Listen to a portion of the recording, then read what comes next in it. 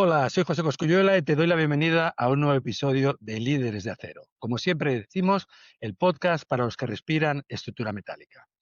Como siempre hacemos, contactamos con líderes de la industria, sea un director, sea un gerente general, sea un proveedor de la industria, sea alguien destacado desde el punto de vista técnico, y hoy lo tenemos todo junto en el mismo episodio. El invitado de hoy cumple todos los requisitos que le pedimos a un líder. Viene de transición que lo pidió en Pasa la Viga Henry, además ha sido gerente general de una gran industria, de una gran fábrica en Chile y ahora además es proveedor. Además tiene una mirada que me encanta, que es una mirada de emprendedor. Henry, cuando en Pasa la Viga nos dijo que viniera el invitado que tenemos hoy, dijo, Un profesional joven que ya ha pasado por una responsabilidad grande y ahora está de asesor. Inclusive nosotros hemos contratado últimamente y me parece una persona que sabe mucho de teoría, de práctica y es una linda persona. así que sin más dilación, vamos a dar paso a nuestro invitado. Tomás Fischer, ¿cómo estás? Encantado de tenerte en Líderes de Acero. ¿Qué tal estás? ¿Qué tal, José? Todo muy bien por acá. Muchas gracias por la invitación. Feliz de poder participar. Muchas gracias por tu disponibilidad. Miren, como les decía, el invitado que tenemos hoy ha tenido un gran recorrido en la estructura metálica. Él nos lo contará ahora, pero empezó como practicante, como becario, como se diría en otros países, y llegó a gerente general de la empresa líder en el mercado chileno. Ha sido emprendedor y vuelve a ser emprendedor. Y tenemos muchísimas ganas de conocer su recorrido. Así que, sin más dilación, arrancamos. Y como siempre hacemos, ¿te parece? Hacemos una mirada retrospectiva y querría conocer un poquito de tus orígenes. Tú eres ingeniero civil, ¿verdad? Así es, ingeniero civil industrial de la Universidad de Concepción, de donde soy yo, al sur de Chile. Muy bien. Oye, y tu papá también es ingeniero civil, ¿verdad? Pero no se dedicó a las estructuras metálicas. Sí, mi papá, que en paz descanse, era ingeniero civil de más de la vieja escuela, de los de más técnico, digamos, enfocado en construcciones civiles. Pero su experiencia me sirvió para ver lo duro que es el rubro, lo que implica estar en el mundo de los proyectos. Así que eso lo pude ver a nivel familiar desde pequeño, digamos. Muy bien. Oye, y me comentabas que ya cuando estabas estudiando ingeniería civil, ya generas tu primer emprendimiento. O sea, que tú eres emprendedor desde siempre casi. ¿Cómo fue ese emprendimiento? ¿Qué nos puedes contar de ese emprendimiento que haces mientras estudias? Sí, mira, la verdad que fue una época muy bonita, y ahí descubrí quizás este gusto por el emprendimiento, porque a los 21 años un amigo, muy amigo hasta el día de hoy, Claudio Arteaga, que fue mi socio, fundamos esto que era un preuniversitario. No sé si se llama igual en todos los países, pero es un centro educacional donde preparas a las personas para rendir la prueba para entrar a la universidad. Y la verdad es que yo tenía 21, mi socio tenía 24, entonces fue realmente aprender de cero. Hoy hay todo un ecosistema de emprendimiento e innovación que apoya. En ese entonces la verdad es que eso no existía y fue mucha improvisación, mucho aprender haciendo.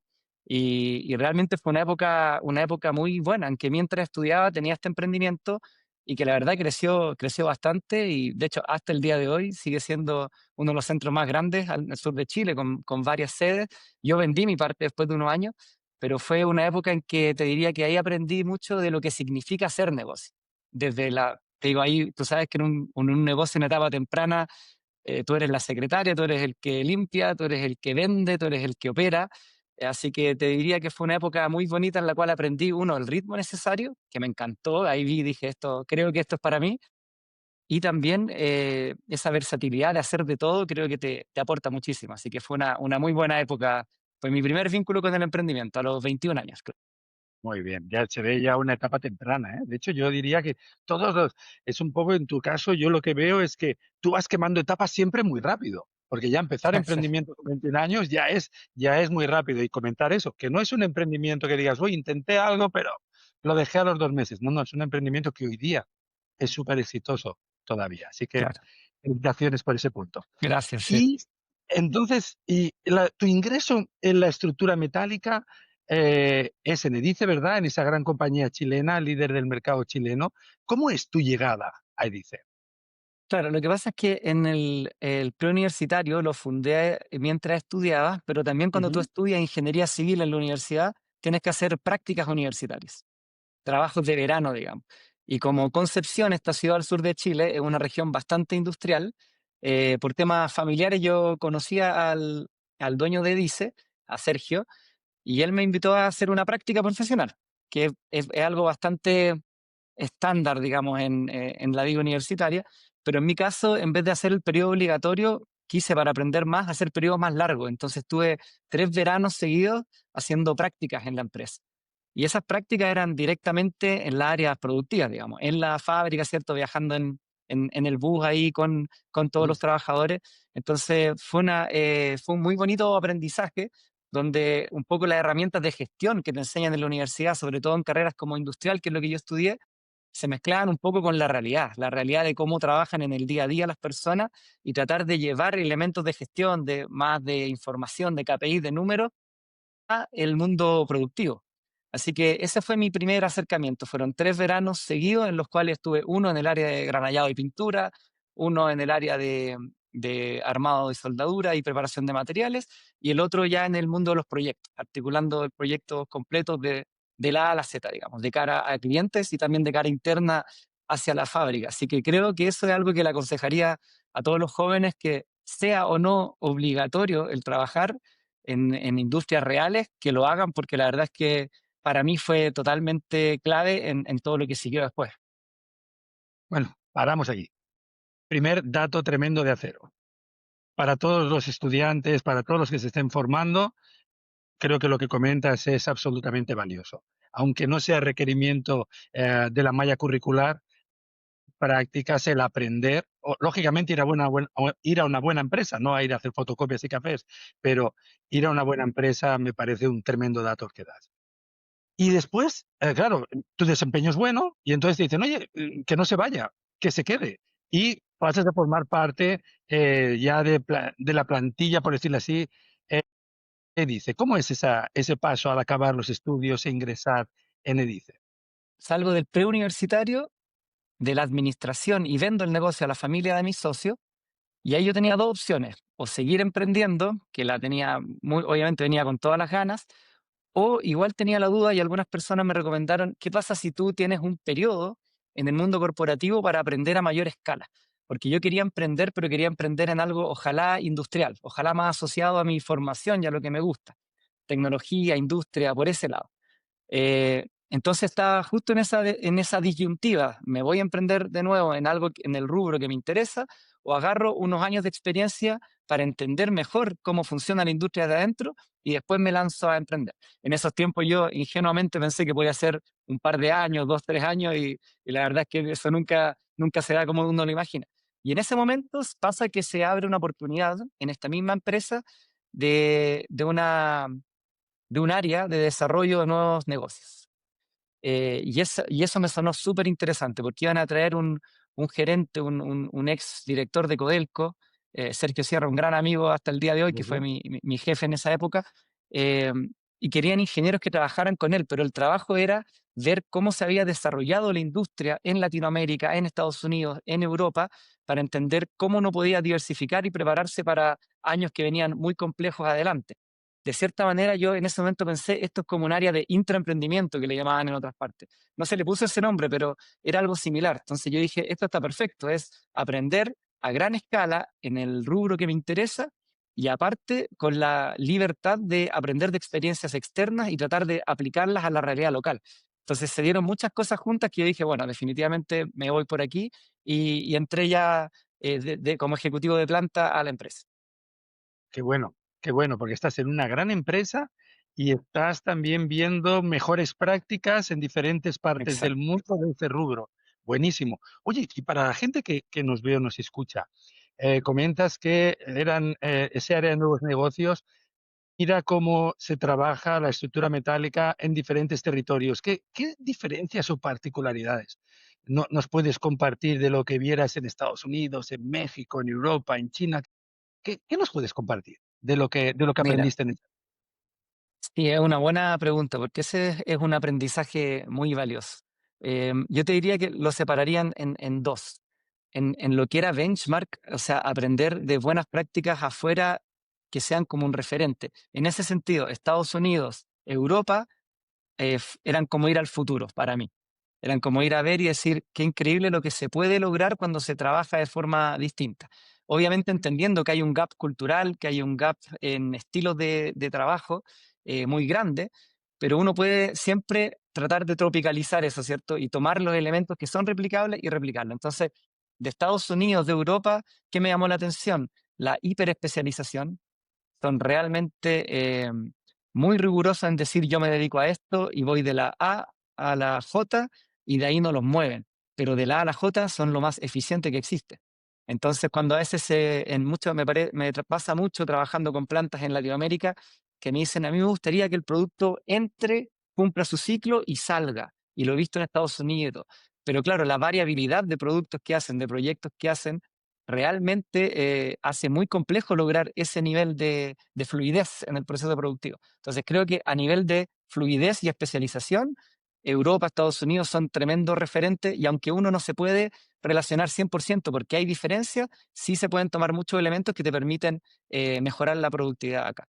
Y distinto a eso, en China, por ejemplo, China para mí fue una gran enseñanza. Pasé mucho tiempo allá y era distinto, era ver otro mundo que, que se está gestando rápidamente, que crece mucho más rápido de cualquier otra cosa que tú puedas ver eh, y, y que te das cuenta de que te va a afectar de una u otra manera y que hay que prepararse.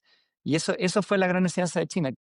Desde acá uno decía, bueno, los chinos son baratos, pero la calidad es cuestionable. Y eso era un poco la caricatura o lo que uno sabía hasta esos años. Pero cuando ibas allá y veías a la velocidad que avanzabas y volvías un par de años después y veías lo que estaba pasando, tú decías, estos tipos están avanzando en un año nuestro, son 10 de ellos. Y van todos hacia el mismo lado, están todos alineados en una sola política común de desarrollo. Entonces realmente el aprendizaje ahí era, no nos podemos dormir, no podemos Mm. estar tranquilos porque la amenaza no es solo que sea más barato, la amenaza es cómo trabajan todos en torno a un objetivo común, cómo avanzan en tecnología, cómo avanzan en inversión. Entonces, la verdad es que eh, era fue un tema muy interesante para mí porque era muy distinto a lo que yo había escuchado al pasar tiempo allá y viendo. Y después lo que te podría decir de Latinoamérica, por ejemplo, me tocó ir mucho a México, Brasil, a otros países, es ver que también existe ese punto medio entre las buenas prácticas estadounidenses, por ejemplo, europeas, y este medio caos en el que nos desenvolvemos normalmente en Latinoamérica. Y ver que en realidad uno no tiene por qué aspirar a ser Estados Unidos o funcionar así en el corto plazo, pero sí ver que tampoco eso significa resignarnos y quedarnos improductivos y quedarnos ineficientes, sino que hay una escalera de valor que uno puede ir recorriendo. Yo creo que en México han hecho muy bien eso, probablemente porque después del terremoto del 85 se cayó la ciudad entera y la reconstruyeron con una mirada constructiva mucho más integral. Y también porque están muy cerca de Estados Unidos. Yo creo que eso los acerca a la metodología y a la experiencia de ellos. Entonces, eso que hicieron los mexicanos de tomar ciertos elementos de la metodología estadounidense, sentar en la mesa al desarrollador inmobiliario, al arquitecto, al constructor, y entre todos definir cuál es la materialidad óptima de un edificio antes de construirlo, por ejemplo, son cosas puntuales que me parecía que podíamos traer hacia la industria latinoamericana para mejorarla. Correcto, y que es muy de Estados Unidos, como bien dices, es muy de Estados Unidos, permea a México y serían buenas prácticas, ¿no? Qué bonita mirada. Muy buena. Oye, y quizá por eso, viendo un poco cómo era la cadena de suministros en Estados Unidos, cómo es en Europa, ¿no? Pues que hay centros de servicio que sirven el material cortado, taladrado, a la medida, a los estructuristas. ¿Es por eso que creas como un área dentro de EDICE que también dé ese servicio a terceros? Totalmente, fue un aprendizaje de esa especialización que existe afuera, que están los centros de servicio por un lado y los estructuristas por otro. eh, lo que me di cuenta es que acá en Chile y también en otros países de Latinoamérica, los estructuristas tienen sus áreas, se autoabastecen, ¿cierto?, de sus piezas, perfiles y piezas. Sin embargo, si tú analizas cuánta ocupación de máquina ellos tienen, tiende a haber bastante tiempo ocioso. Entonces la mirada era entendamos que de cierta manera tenemos dos empresas en una acá y no podemos medir solo la final. Entonces, si yo tengo centros de servicio por acá y tengo estructuras por acá, no puedo medir a la empresa solo por el output de este lado. porque resulta que esta empresa, llamémosla así, empresa interior, que está más enfocada en una producción más de máquina, tú tienes que medir el OEE, tienes que maximizar el uso de tus máquinas. Para eso, muchas veces incluso puede servir abastecer un mercado externo complementariamente a tu propia estructura. Entonces, eso, cuando lo analizamos internamente, en ese momento nos dimos cuenta de que, claro, teníamos una especie de empresa que funcionaba un 50% y que si le agregáramos demanda externa, la rentabilidad global de todo ese conjunto podía aumentar tremendamente. Entonces, esa mirada, fíjate que ahora que trabajamos con muchas plantas con Oxygen en Latinoamérica, hemos replicado eso en varias de ellas y la verdad es que funciona muy bien. Así que creo que es un buen consejo, al menos revisarlo, ¿ah? Porque siempre tú sabes que no hay recetas únicas, pero cuestionarte, tengo toda una línea de maquinaria, ¿realmente la ocupación de esa maquinaria es óptima solo para mi uso interno? Porque si no lo es, tienes una oportunidad de negocio en aumentar esa ocupación vendiéndola hacia un tercero como si fuera un centro de servicio. Muy bien. Bueno, de hecho, Christian Stein nos lo comentaba en un episodio.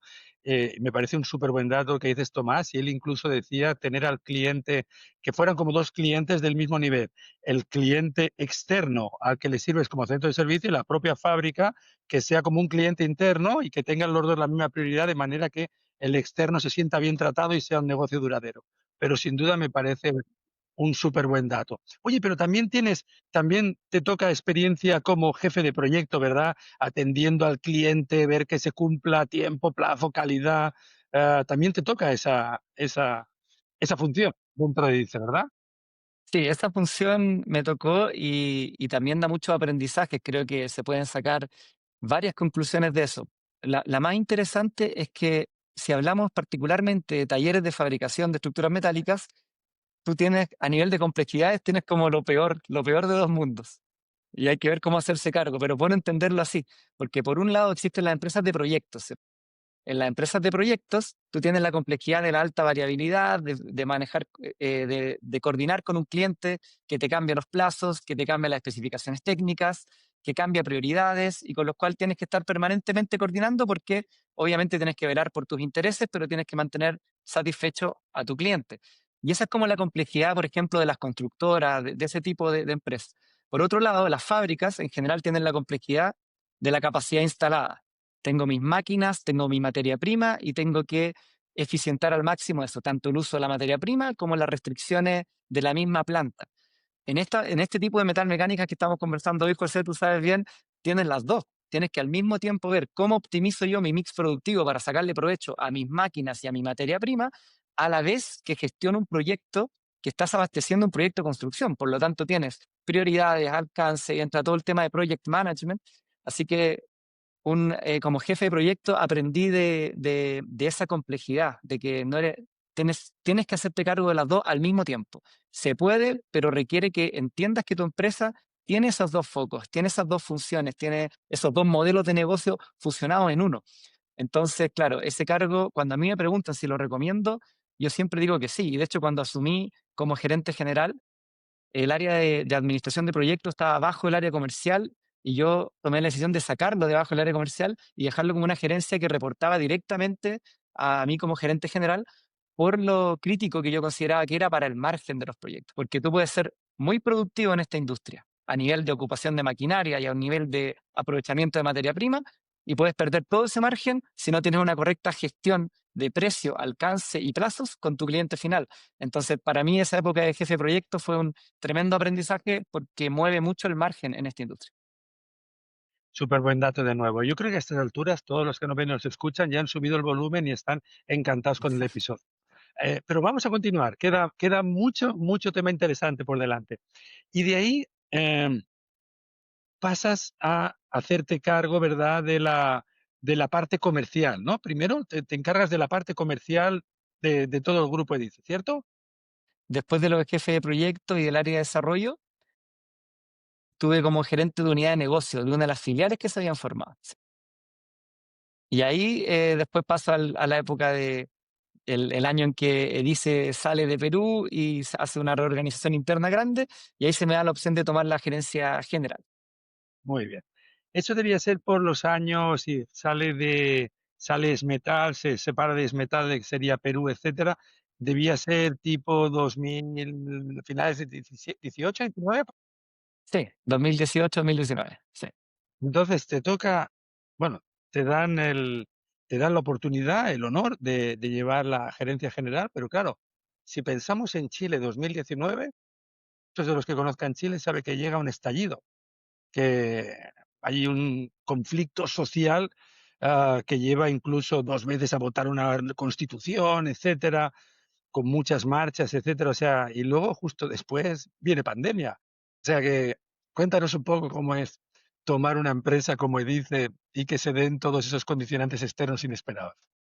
Sí, sí, la verdad fue bastante particular mi, mi periodo de gerente porque como bien dices tú, asumo y al poco tiempo ocurre el estallido, unos meses después la pandemia y te sumo un componente adicional, que era que en Chile la inversión minera e industrial pesada o grande venía a la baja desde 2014, 2015 en adelante, que era usual en los ciclos. Los que están en esta industria saben que es una industria cíclica.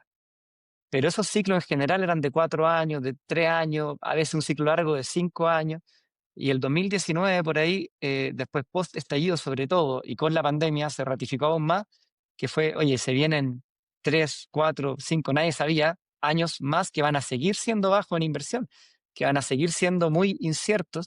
Entonces, de cierta manera uno podía decir, estamos viviendo un super ciclo a la baja que puede durar 7, 8, 9, 10 años, no había cómo saberlo, pero eso no era usual. Esa no era, iba más allá de lo cíclico que es la industria que todos lo sabemos. Entonces teníamos esas tres cosas en paralelo, esta especie de super ciclo a la baja que cuando termina, el estallido social que cambió un poco la perspectiva país Chile y generó un efecto en la inversión importante, sobre todo con la incertidumbre con respecto a la constitución y todo eso que ocurrió, y la pandemia que, bueno, no cabe, no es necesario explicar lo que implica y lo complejo que fue operar en esa circunstancia. Nosotros seguimos operando, se logró cumplir con nuestros clientes en esos años, pero te diría que el desgaste energético para lograr eso fue muy, muy grande. Así que, claro, fue una época de mucho aprendizaje, pero muy dura. Oye, ¿qué sacas? Porque claro, hemos hablado de que que pasas por muchas posiciones en Edice y llegas a gerente general corporativo y ahí tienes una plantilla muy grande, no sé, 700, 800, 1000, no lo sé, mucha gente. ¿Qué recuerdas de esa época en la que al final, de una organización tan grande en el que tú tienes que tomar las decisiones finales? ¿Qué recuerdas de ese paso por la gerencia general? Como te digo, fue una época muy, muy dura, porque efectivamente era una nómina grande y con todo lo que estaba ocurriendo, incluida la pandemia, la misión número uno era que entre el 2020 y el 2022 no quebrara la empresa. Eso, para ser súper franco, esa era la misión. Y esa era la misión de todas las empresas industriales en ese momento, no solo nosotros, al menos en esta Claro, industria. claro. Entonces, claro, eso cambia un poco porque yo estaba acostumbrado hasta ahí al management de el plan estratégico de queremos crecer a X% al año, nuestro portafolio de diversificación de ingresos queremos que sea de esta manera, vamos a contener los riesgos de A, B y C, y de repente todo eso se transforma en estado de emergencia. Y todo el plan estratégico se transforma en qué tenemos que hacer para no morir en los próximos 3 años. Eh, Sabiendo que hay otra empresa en lo mismo, por lo tanto, también hay que considerar que los otros van a estar tomando sus propias acciones, eh, y eso también te afecta. Entonces, como dices tú, la nómina se tuvo que reducir tremendamente, eso siempre es duro, pero finalmente lograr que la empresa fuera rentable en un volumen de producción menor era el mínimo necesario para cuidar a la empresa y a los que quedaran en la empresa, que pudieran mantener su trabajo en ese momento. Entonces, eso recuerdo yo de esa época, que fue un cambio muy grande porque, como te digo, de la mentalidad de crecimiento a la mentalidad de supervivencia es otra forma de administrar, es otra forma de operar y creo que hicimos lo necesario en esos años, eh, pero claro, me quedo con ese recuerdo de que fue duro. Claro. Oye, mira, yo sé que abandonaste esa posición hace más de 2 años, entre 2 y 3 años, si recuerdo bien. Pero te quería hacer un par de preguntas más sobre ese periodo. Voy a ser un poquito pesado. Uno es, uno es el tema de, en aquel entonces yo recuerdo que eh, se hablaba de una hipotética fusión con el otro gran actor de la industria chilena de la estructura metálica, que era Rigoni. ¿Por qué no se llevó a cabo esa fusión entre Erice y Arrigoni? Mira, una pregunta que me han hecho bastante, José, así que no, no te preocupes. Y feliz de compartir mi experiencia.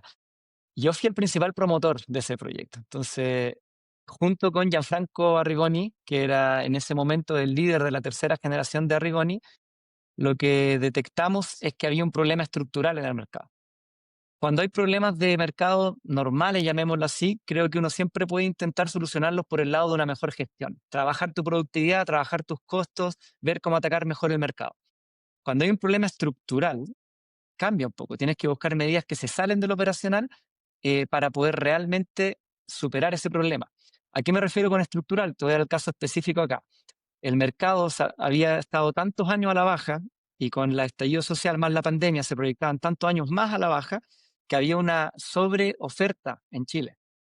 Habían 2 megafábricas y un mercado diseñadas por un mercado que ya no existía y que no iba a volver por muchos años. Entonces, nuestra visión era, aunque por muy buenos gestores que seamos, cuando hay sobrecapacidad instalada, la verdad es que no va a funcionar. Y en ese sentido, uno decía, bueno, puede morir uno, puede morir otro, pueden morir los dos, pueden morir varios, y es difícil saber quién, cuándo, cómo. Entonces nosotros dijimos, ¿por qué no abordamos esto de forma distinta? Y los dos más grandes de ese momento, que eran Arrigoni y nosotros, ¿por qué no planteamos juntarnos, reducir entre las dos empresas al tamaño que sea necesario y quedar con una empresa fusionada que es capaz de abordar esos desafíos futuros? Ahora, Ujú. para lograr un proyecto de esa naturaleza, hay que convencer y aliar a dos familias, ¿cierto?, que llevan décadas de experiencia en el rubro. Y obviamente es un proyecto que no es simple, ¿cierto?, que requería mucho trabajo. Pero fíjate que era tan fuerte el caso de negocio, era tan evidente el problema en el que estábamos a nivel macro, que ambos estuvieron de acuerdo. Y finalmente incluso se llegó a firmar un MOU para llevar a cabo esa fusión.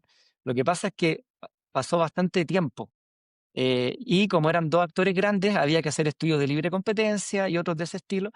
Y mientras estábamos en ese proceso, la verdad es que un día me llama Gianfranco y me dice, ¿sabes qué, Tomás? Como familia Arrigoni decidimos que vamos a cerrar las operaciones, porque ya estaban perdiendo mucho y querían hacerlo a tiempo para poder cerrar bien con su gente, con los proveedores, hacer un cierre ordenado. En ese sentido, creo que eso habla muy bien de ellos. Como familia empresaria fueron muy serios en cómo llevaron a cabo el cierre, pero en el fondo no alcanzó a concretarse la fusión y ellos por distintos motivos tienen que tomar la decisión de cerrar. Así fue como se dio.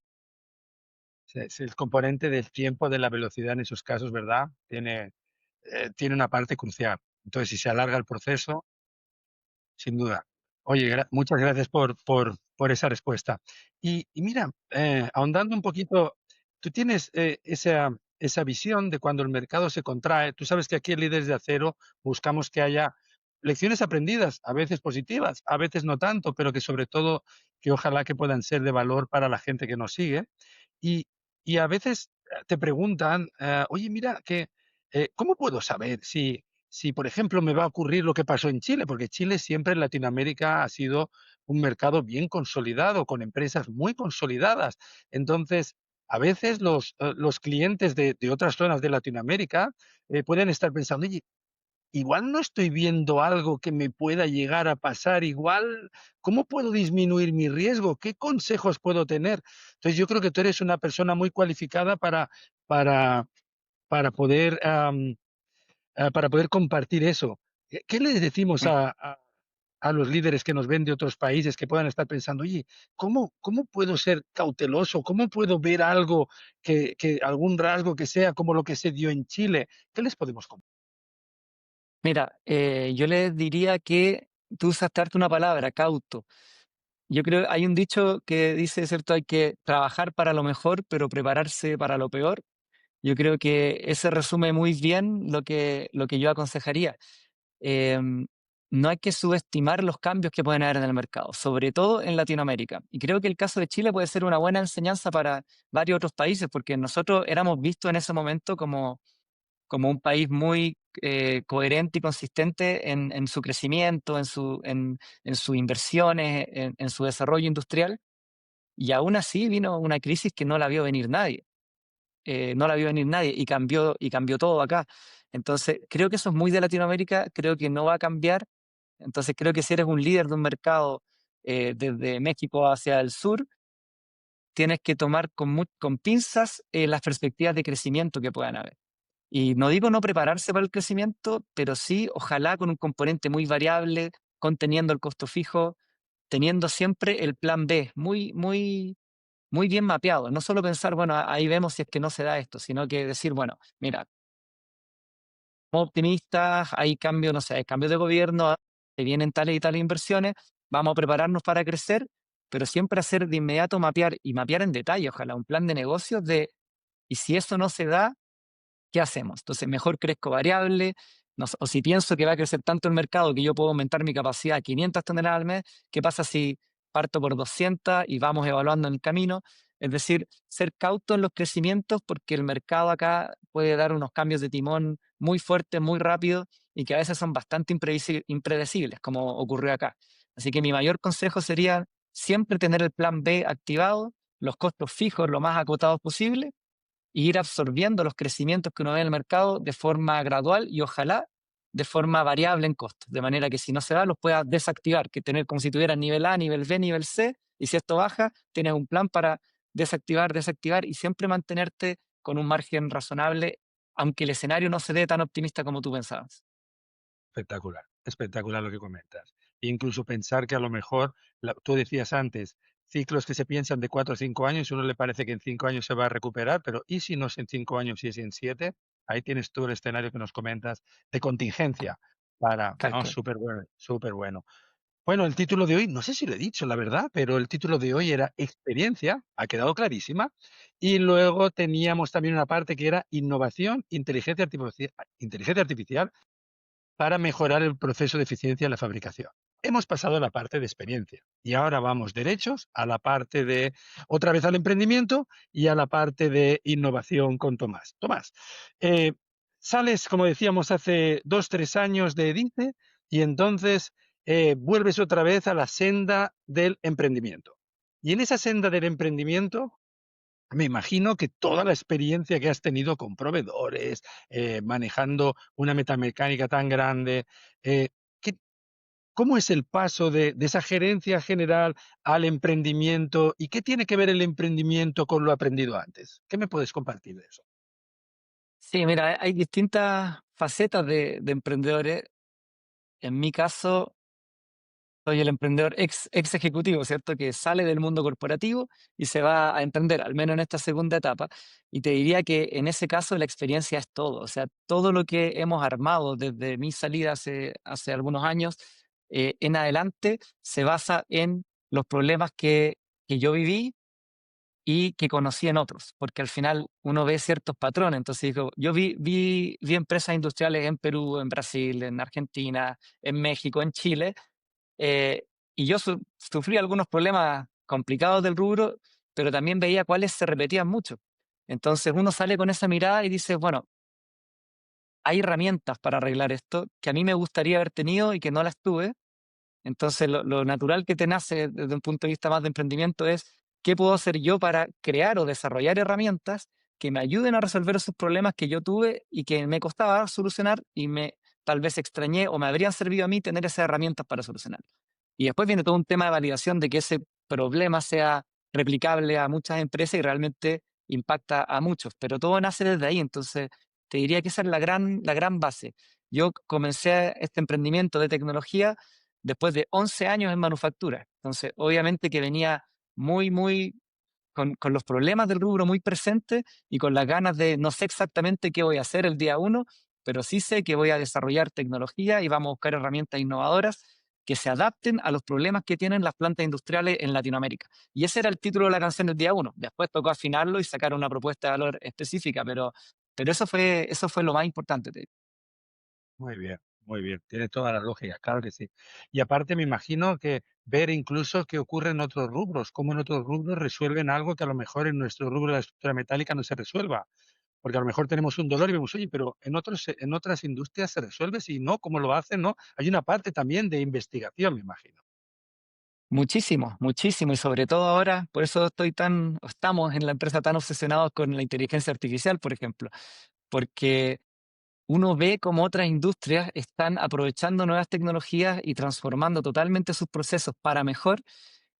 Y siempre pareciera ser que en el meat market y en la industria metalmecánica y algunas más, sobre todo en Latinoamérica, como que nos demoráramos algunos años en obtener los beneficios de eso, ¿cierto? Y piensa que yo el año 2013, yo viajaba a Estados Unidos a ver ejemplos de construcción de edificaciones en acero y eran edificios construidos en los años 50, 60, 70. Y tú decías, chuta, 40, 50 años después, aún tomando nota de lo que hicieron allá. Pero ahora es distinto, ahora no tiene por qué ser así. Ahora, como son tecnologías que son más aplicables por distintos tamaños de industria, la verdad es que usé mucho benchmarking porque uno puede ver, es como poder mirar el futuro, ¿cierto? Poder mirar y decir, ver dónde puedes estar, pero ya no tienes que esperar 10 años, ni 20, ni siquiera 5. Puedes hacer un camino para llegar a obtener esos beneficios más rápido. Y eso se transformó un poco en una obsesión nuestra de ver, mira lo que está haciendo el retail, mira lo que está haciendo la gran industria minera. Yo fui a ver plantas donde tenían esto, pero muy desarrollado y ya estaban multiplicando su productividad por 2, por 3. Y me di cuenta de que en este caso, por la característica de la inteligencia artificial, no tiene por qué pasar tiempo para que la mediana industria latinoamericana lo adopte. Entonces, ya hay mucho de mi experiencia y la experiencia de mi equipo en general en el rubro y en los problemas que hay, mezclado con esta tecnología que aparece, que está transformando industrias completas y que nosotros vemos que no está ese puente, ¿cierto? Tenemos esta tremenda tecnología y otras industrias aprovechándola, nuestra industria con muchos problemas, y nosotros dijimos, bueno, creemos esa capa intermedia que acerque esta tecnología a los problemas de la industria. Súper, súper. No, muy, muy buena reflexión y muy buena estrategia. De hecho, lo creas como, o sea, vamos a decir que tu idea es hacer algo no únicamente para el mercado de Chile, sino buscar, como ya tenía esa mirada transversal, sino buscar algo que sea internacional, algo que pueda resolver de manera internacional en diferentes plantas de diferentes países y buscas inversores para no. También se puede hacer algo con fondos propios, ir mucho más despacito o tener la idea clara, la vista clara, buscar inversores, tener la idea clara, formar un gran equipo y lanzarse, ¿verdad?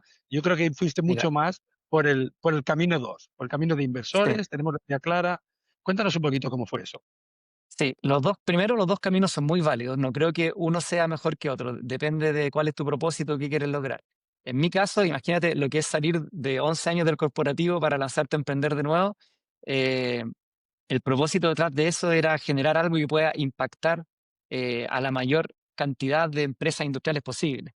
Y en ese sentido, además conociendo las similitudes de la industria en Latinoamérica, nuestra hipótesis desde el día uno fue lo que creemos tiene que ayudar al menos a toda Latinoamérica, al menos a toda Latinoamérica. Entonces, cuando uno define eso desde el día uno, tú haces un plan de trabajo que es acorde a eso. Y en nuestro caso, la única forma de lograr eso con rapidez y haciéndolo bien era, como dices tú, levantando inversión y haciendo un plan que priorizara el validar esa hipótesis, validar esa similitud de que los distintos países de Sudamérica tienen problemas parecidos a nivel de la industria. Por ejemplo, y uno siempre, José, en esas definiciones uno sacrifica otras. Hay que ser muy consciente, cuando tú te enfocas en algo así, tú vas a sacrificar otras prioridades. Por ejemplo, piensa que en Oxygen, antes de llegar a los 20 clientes, ya habíamos abierto en 5 países. Eso, por un lado, suena muy bien, validó nuestra hipótesis. Por otro lado, si yo hubiera quedado solo en Chile, tal vez en esa misma época, tal vez habría vendido al doble de clientes, porque habría estado mucho más focalizado y centrado geográficamente. Pero como nuestra visión era Latinoamérica, preferíamos validar la hipótesis de que en Chile, Argentina, Perú, Colombia y México podía operar bien nuestra solución antes que sumar más clientes en un solo lugar. Entonces, uno siempre tiene un propósito. Esto lo explicaba muy bien Henry Yandún en el capítulo contigo, creo que es un gran referente a nivel de eso. Uno tiene su propósito y eso tiene que definir tu plan de trabajo. Y eso define cuál es tu camino. Entonces tú puedes crecer sin fondos y lento y está perfecto. En nuestro caso, dado el camino que elegimos, lo lógico era irnos por ese lado. Y así lo hicimos. Muy bien. Oye, mira, siempre cuando viene un líder de acero le pregunto cómo es su planta. En tu caso ahora no es una planta, pero sí me gustaría que nos, que nos comentaras un poco cuál es el ecosistema de soluciones. Brevemente, que nos digas, mira, el ecosistema de soluciones resuelven a día de hoy que tenemos, resuelven esto, aquello. ¿Cómo sintetizarías que es Oxygen Now? Mira, Oxygen es una plataforma de inteligencia artificial industrial. Nosotros tenemos, como bien dices, un ecosistema de soluciones que optimiza procesos para plantas industriales. Procesos varios como son mantenimiento, como son planificación de producción, y, y que pueden ser tanto standalone, soluciones únicas para resolver eso, como el ecosistema integrado en que ya hay un feedback mayor entre las soluciones y te genera un grado de optimización mayor. Pero lo que nos dedicamos básicamente es crear soluciones potenciadas con inteligencia artificial que te puedan resolver procesos específicos de tu negocio productivo. Súper, súper, súper. Mira, y ahora, ya que tenemos a un líder de acero que en este caso es también, que ha tenido. Tú has estado sentado como si fuera una pista de tenis, has estado en los 2 lados de la red. Has estado jugando como gerente general y ahora estás jugando como proveedor en ese partido de tenis. Creo que puedes darnos muchos datos de valor en cuanto a cómo, am, adoptar tecnología, independientemente de cuál sea. Y me gustaría explorar un poquito eso contigo. Por ejemplo, ¿cómo a veces uno tiene la sensación que se compra tecnología como si fueran insumos y son un poquito diferentes? ¿Qué consejo le daríamos a las personas que quieren adoptar? ¿Qué tienen que tener en cuenta cuando piensan en adoptar tecnología en una metamecánica? Está entretenida la conversación porque a veces me pongo de un lado de la red para contestar y a veces del otro. Sí. Sí, no. Mira, si me pongo del lado del que está contratando tecnología, y muchas veces les doy este mismo ejemplo, así que estuvo muy bien, muy atingente lo que dijiste. Siento que el error que cometen muchas veces es que sienten que están comprando un producto, digamos, como comprar un vaso, ¿cierto? Me dicen, mira, Tomás, tú tienes un vaso, toma, aquí te lo entrego, ¿cierto? Como si estuvieran comprando un insumo y que eso se termina ahí. Y esa mirada está bastante destinada al fracaso. Hay que entender esto como proyectos de mejora. Lo que realmente estás contratando es un proyecto, digámoslo, de transformación digital. No quiero que suene muy grande porque puede ser bastante acotado, pero por muy acotado que sea, sigue siendo un proyecto. Y un proyecto requiere responsables claros, requiere un partner correcto que entienda de tu realidad específica y que entienda de tu nicho, y requiere seguimiento, requiere hitos, requiere métricas de éxito. Entonces, si tú finalmente, cualquier proveedor, sea nosotros o el que sea, te convence de que un producto tecnológico, un software, por ejemplo, es bueno, y tú le dices, ok, entonces lo contrato, y le avisas a tu equipo y le dices, contratamos este software, y lo dejas ahí, la probabilidad de fracaso es bastante alta. Incluso si el producto es bueno, José, el producto puede ser muy bueno, y aún así, si tienes esa mirada más transaccional, va a fracasar igual, porque lo que requiere es esa mirada de proyecto y decir, ok, si yo voy a contratar a Oxygen, quiero saber, Tomás Fischer, cuál es el plan de trabajo de implementación en detalle, cuál es tu experiencia específica, qué casos de éxito de empresas similares a la mía me puedes presentar. Incluso a veces le recomendaría pedir hablar con un cliente, puede ser un bonito ejercicio de validación. Y después, ¿cuáles son las métricas de éxito? Yo creo que las métricas de éxito no siempre son totalmente numéricas. Muchas veces la empresa quizás no está preparada a nivel de información para decir, "Mira, va a mejorar tu productividad en un 15% en 9 meses". Pero sí puede ser, vamos a digitalizar toda esta área, vamos a eficientar tal cosa, vamos a subir el cumplimiento de los planes preventivos de un 10% a un 40%. Hay muchas formas, pero al comprar ese vaso no puede ser así nomás, tiene que ser con esas condiciones. La mirada de proyecto, los responsables, los hitos y las métricas de éxito. Eso yo te diría no puede quedar fuera. Y no es complejo, no es prohibitivo para nada. Es simplemente un cambio de mirada, de mirarlo como un proyecto de transformación y no como un producto solo. Sí, sí. ¿Y a qué responde? ¿Qué dolor vamos a resolver? ¿Cómo definimos Total. éxito? ¿Cuál es el número que define éxito? Sin duda. ¿Cuál es el compromiso de la dirección general también? Porque si la También. dirección está comprometida, ¿y cómo vamos y también cómo implicamos también a todo el staff para que se lo sientan suya, no algo impuesto? Hay, ¿verdad? Hay, hay muchos factores ahí dentro, ¿no? Muy bueno el dato que das. Oye, y dentro de eso, a mí hay una parte que me llama la atención. Yo conozco y aprovecho a saludar a un integrante de tu equipo que hace muchos años que conozco, que es Raúl, que me impresionó desde el día uno lo capaz que es. Y te quería comentar, con un equipo altamente tecnificado como el que tienes, altamente cualificado, ¿qué rol juega el diagnóstico en todo lo que se hace después? El diagnóstico te diría que juega un rol tremendo, es todo. Mira, una de las características de las plantas industriales en Latinoamérica es que son muy diversas, incluso en una misma industria, incluso en un mismo nicho. Entonces, en el diagnóstico, tú te das cuenta realmente de cuáles son los elementos que más impacto van a tener. Y eso te diría que es lo más importante. Y también porque muchas veces hay una discordancia entre lo que uno entiende al principio en las conversaciones iniciales y lo que te encuentras como realidad cuando bajas a la planta. Entonces, si tú quieres realmente ayudarle y que las métricas de éxito se logren, tienes que hacer un diagnóstico bien acabado. Yo creo que a veces las empresas ahorran eso porque no sé, consideran que les quita escalabilidad, ¿cierto? Que es complejo a veces hacer un diagnóstico inicial muy profundo, pero para mí es un elemento totalmente clave que te permite realmente saber dónde estás parado, y no solo para nosotros, sino muchas veces me ha tocado decirle a clientes nuestros, mira, tú me dijiste que te dolía A, que tu problema era A, pero en el diagnóstico hemos encontrado estas brechas y aquí hay alguna que quizás hasta te cuesta menos, quizás hasta la inversión es menor, pero que si la atacas te va a traer un beneficio más rápido, los famosos quick wins. Entonces, ese diagnóstico tiene que ser hecho por especialistas de la industria, no por especialistas en tecnología.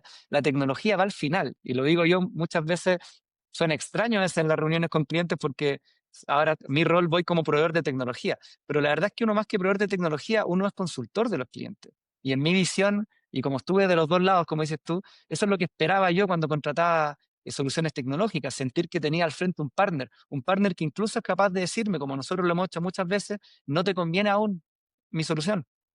Te falta ordenar este proceso, te falta capacitar técnicamente a toda esta línea previa. Claro. Entonces, definir los pasos hasta llegar a eso. Y todo eso nace del diagnóstico, así que yo creo que es quizás el punto más importante de todo. Súper, súper. Y mira, ahora querría enlazar, en el episodio 4 tuvimos a un consultor de muchísimo nivel, al amigo Daniel Michelena, que es un, como digo, un gran consultor que ha tenido muchos roles diferentes. Y al final del episodio comentaba algo muy relacionado con lo que tú comentas del mantenimiento. Él nos decía, fue un episodio espectacular, si recuerdo bien era el número 4. Y a finales del episodio hablaba él de la importancia del mantenimiento predictivo. Decía, porque si tú no haces mantenimiento predictivo, te puede pasar que la máquina se estropee en el momento más crítico, durará menos, comprarás otra que también tiene periodo de entrega. Y dice, y el mantenimiento predictivo decía, no lo tenemos que ver como un coste, sino como una inversión. Y quería saber tu punto de vista, tú que estás dedicando ahora tantas y tantas horas en ese tema, ¿cómo lo ves tú, el tema del mantenimiento? Incluso pensando más en las máquinas que tienen más años, han hecho más horas de trabajo, más que pensando en las más rutilantes, ¿eh? Pero ¿cómo ves tú? ¿Qué nos puedes hablar tú del mantenimiento predictivo? Mira, el consejo todos los consejos que se dan en ese capítulo los encontré de primerísimo nivel y estoy totalmente de acuerdo. Fíjate que en las grandes industrias mundiales el mantenimiento está arriba en las prioridades, está casi al mismo nivel que la producción. Ujú. Son realmente pares. ¿Por qué? Porque ellos entendieron que para tener certidumbre en el proceso productivo, para poder cumplir los planes de producción a tus clientes y de esa manera hacer una empresa rentable y con futuro, las máquinas son tu gran capital, las máquinas y las personas, obviamente, pero tienes que trabajar en esos dos frentes. Entonces, por algún motivo, en la industria latinoamericana se tiende a ver el mantenimiento como un centro de costos y no como una inversión. Y esa mirada hay que irla cambiando y es un poco, creo, la razón por la cual dentro de todas nuestras soluciones, actualmente la que más se ha vendido, que ha sido increíble por suerte para nosotros el crecimiento de esa línea, es justamente el sistema de gestión de mantenimiento, porque le hemos podido demostrar a los clientes que no es exclusivo de empresas grandes esto de tener sistemas de gestión de mantenimiento. Por el contrario, la empresa mediana, la empresa incluso hasta pequeña, normalmente sus mayores inversiones están en la maquinaria. O sea, tienen muchos millones de dólares en maquinaria que de no tener un buen sistema de gestión y buenos procesos y procedimientos de mantenimiento, se les van a estropear, les va a afectar la productividad, les van a fallar de formas que no pueden controlar, incluso les va a bajar la vida útil, por lo tanto, toda esa inversión que están haciendo realmente no le están sacando el provecho que podrían. Entonces, es un temazo acercar ese concepto de la relevancia del mantenimiento a la industria acá, porque es igualmente válido. Ahora, Obviamente que no es lo mismo para industrias de producción continua, donde cuando una máquina falla pasa a perder millones de dólares a la semana si está parada, a este tipo de industria más batch, ¿cierto? Más make to order, donde las máquinas pasan tiempo paradas. Pero eso no significa que puedes estar sin ningún tipo de gestión al respecto, porque eso es una receta clara para el fracaso a nivel de cumplimiento de planes de producción y a nivel de rentabilizar tu inversión. Ahora, respecto al mantenimiento predictivo, mira, la industria va hacia allá. Obviamente, es lo más eficiente, es una inversión y es básicamente prevenir las fallas y actuar antes de que ocurran, algo que sería muy difícil de lograr hace cierto tiempo. Y lo que es importante entender es que para poder llegar al mantenimiento predictivo, tienes que pasar por un mantenimiento basado en condición, y antes del mantenimiento basado en condición, tienes que tener un mantenimiento preventivo muy fuerte, un proceso de mantenimiento bien estructurado. Entonces, creo que ahí es donde los sistemas te ayudan mucho. Los sistemas, yo conozco, como he estado en los zapatos de gerente de fábrica, conozco el caos que es del día a día y que muchas veces lleva a que el mantenimiento preventivo se descuida o se hace a nivel muy bajo. Pero eso también es porque es muy manual, ¿cierto? Estar programando todo lo que hay que hacerle a cada máquina con distintas periodicidades y llevar todo eso en un Excel o en un sistema muy básico, lleva a que sea muy trabajoso. Y cuando eso pasa, estás poniéndole más fricción y lo que va a ocurrir es que tu equipo se va a ir de nuevo a los incendios, a lo crítico, al día a día. Entonces, tú necesitas un sistema que te ordene para dominar el mantenimiento preventivo. Cuando tú logras eso, de inmediato te sube la disponibilidad de las máquinas, te sube la confiabilidad de las máquinas y cumplen más tus planes de producción. Son beneficios rápidos, tampoco es que hay que esperar 10 años para ver esto. Tú, si subes tu preventivo, rápidamente vas a ver que retorna tu inversión muy rápido. Te diría, en 3 meses tú puedes ya estar viendo que tu inversión se recuperó. Pero además, ahí estás sentando las bases para el futuro. Porque a veces la gente se confunde y me dicen a mí, Tomás, me gustaría, ustedes tienen mantenimiento predictivo. También, de nuevo, me lo preguntan como si eso fuera algo que yo te digo, sí, aquí lo tengo, toma, te lo entrego. Y yo les digo, el mantenimiento predictivo es el paso C. Veamos cómo estás en el A y si estás aún con un gap ahí, trabajémoslo, porque el preventivo tiene que operar muy bien y ahí vas a tener muchas ganancias primero. Cuando lo tienes bien dominado, tú puedes pasar al mantenimiento basado en condición, donde ya hay parámetros que automáticamente te generan órdenes de trabajo cuando bajan cierto umbral, ciertas variables, y cuando tienes eso ordenado, puedes llegar al mantenimiento predictivo. Entonces, no es un camino tan largo, puede ser, no es que son 5 años, pero hay que ir por orden. Y cuando llegas a eso, totalmente de acuerdo con el invitado del capítulo 4 que mencionabas, en que realmente ahí se convierte en una inversión muy rentable porque tú eficientas tus recursos al máximo y realmente algo que hace 10 años, 20 años sonaría muy casi ciencia ficción, ¿cierto? Que hay un algo que te avisa, ni siquiera que falló tu máquina, sino que tu máquina va a fallar y por lo tanto tienes que actuar ahora, lo cual es tremenda eficiencia que se puede lograr. Fantástico, fantástico el dato y aparte un poco la hoja de ruta. Podemos hacer un poco eso, hoja de ruta de qué pasos tenemos que hacer y que cualquier mejora Sí, ya es una mejora, como indicabas. así es. Oye, y ya para acabar esta parte de innovación, etcétera, que estamos conversando, vamos a sacar la bola de cristal. ¿Qué te parece que va a ocurrir en el sector en términos de IA, de inteligencia artificial, en los próximos años, 4 o 5 años? ¿Tú qué visualizas? Yo soy optimista y estamos trabajando en el rubro, así que te voy a dar mi visión optimista de lo que va a pasar. Yo creo que el sector industrial se va a dar cuenta que la inteligencia artificial no está overhyped, como dicen los gringos, ¿cierto? Ujú. Sino que está underhyped, o sea, está bajo. Todavía el entendimiento acá de lo que se puede lograr es bajo. Y eso va a cambiar en los próximos años, sobre todo yo creo en los próximos 2 años, porque estamos muy tempranos aún y nosotros nos dedicamos a eso, así que esperamos ser un agente promotor de este cambio. Yo creo que la industria se va a dar cuenta de que por primera vez hay una tecnología potentísima al nivel de la industria mucho más desarrolladas y que es posible traerla a la realidad de Latinoamérica sin costos que sean prohibitivos. Y por lo tanto yo creo que va a haber un tremendo cambio que va a formar parte de las estrategias anuales de las empresas, cómo incorporar las nuevas tecnologías para mejorar nuestra productividad, nuestra rentabilidad, para ser más sostenibles en el tiempo. Y que así como a día de hoy, en 2025, se habla mucho de lo golpeada que está la industria latinoamericana, ¿cierto? Lo vulnerable que está contra la competencia china, asiática, mi visión es que en 5 años más va a ser una industria que se volvió a posicionar, que está con los pies bien clavados en la tierra, porque va a poder dominar estas tecnologías que salieron a su favor y ser productivo y rentable. No sé si más grandes, esto no tiene necesariamente que ver con crecimiento, pero sí con, al menos, en el tamaño que estamos, proteger nuestra producción y hacerla más eficiente apalancándonos en estas nuevas tecnologías. Así que mi visión a 5 años es que va a ser una industria mucho más tecnificada gracias a la tremenda oportunidad que nos abren estas tecnologías. Súper. Oye, pues qué bonita visión. Ojalá. Igual volvemos en 5 años, nos volvemos a juntar en 5 años Eso. y vemos si hemos acertado. Está En, perfecto. en, Oye, en 5 años o me escondo o vengo oye, orgullosamente a decirte, no, se cumplió. no, exacto.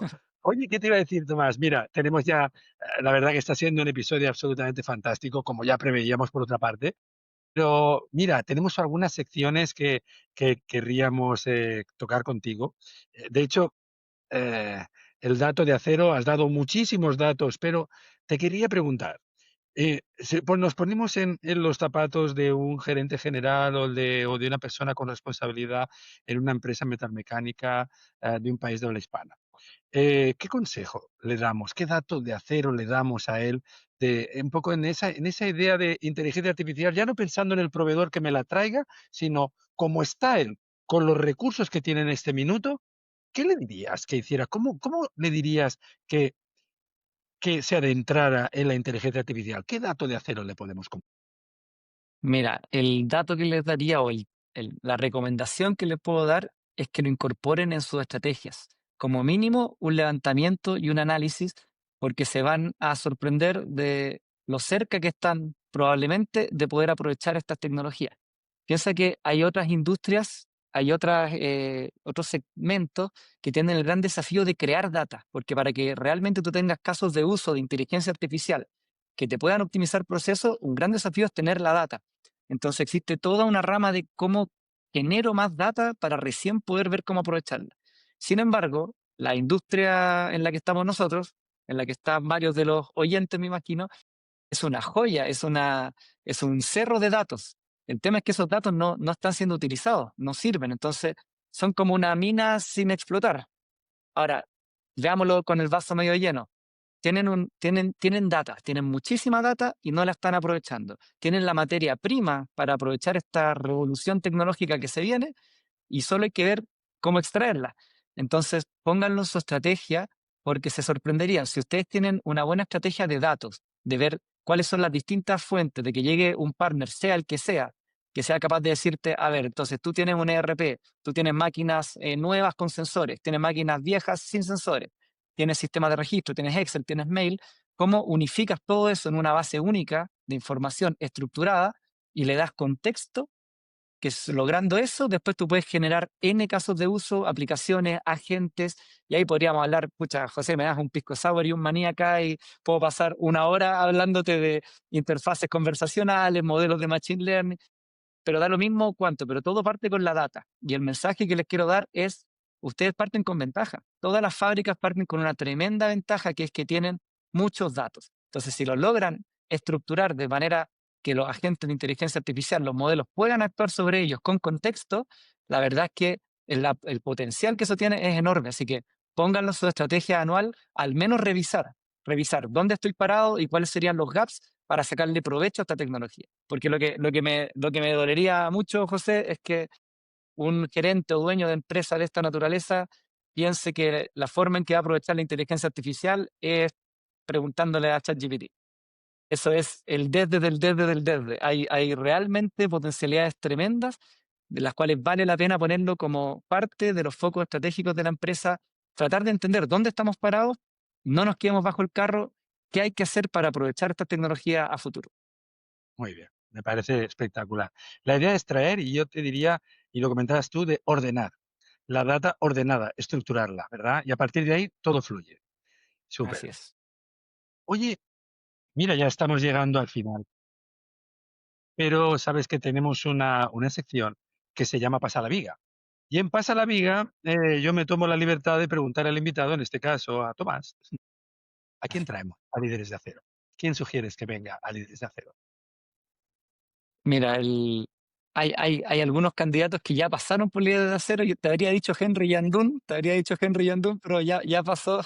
Eh, a ver, mira, por lo que hemos conversado hoy, por lo que me comentas tú, José, de buscar invitados que puedan dar aprendizajes que sean útiles, yo te recomendaría invitar a Gianfranco Arrigoni, Muy bien. porque la historia de ellos, la forma en que manejaron como tercera generación todo lo que ocurrió hasta llegar al punto de cerrar la operación y entre medio meterse en el mundo ambiental con unas plantas de reciclaje de neumáticos. Él tiene un podcast como tú, José, Sí, también, donde entrevista a líderes que son bastante referentes, pero creo que en este nicho hay mucha empresa familiar y que la transición de distintas generaciones es tan compleja, hay tanto que aprender de eso, que creo que Gianfranco podría dar muy buenas luces de cómo manejar eso.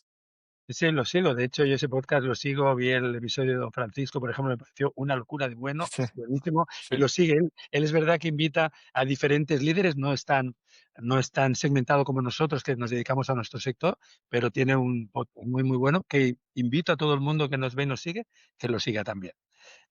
Oye, pues, entonces, y para acabar, te voy a pedir también una pregunta concreta que quieres que le formulemos a Gianfranco.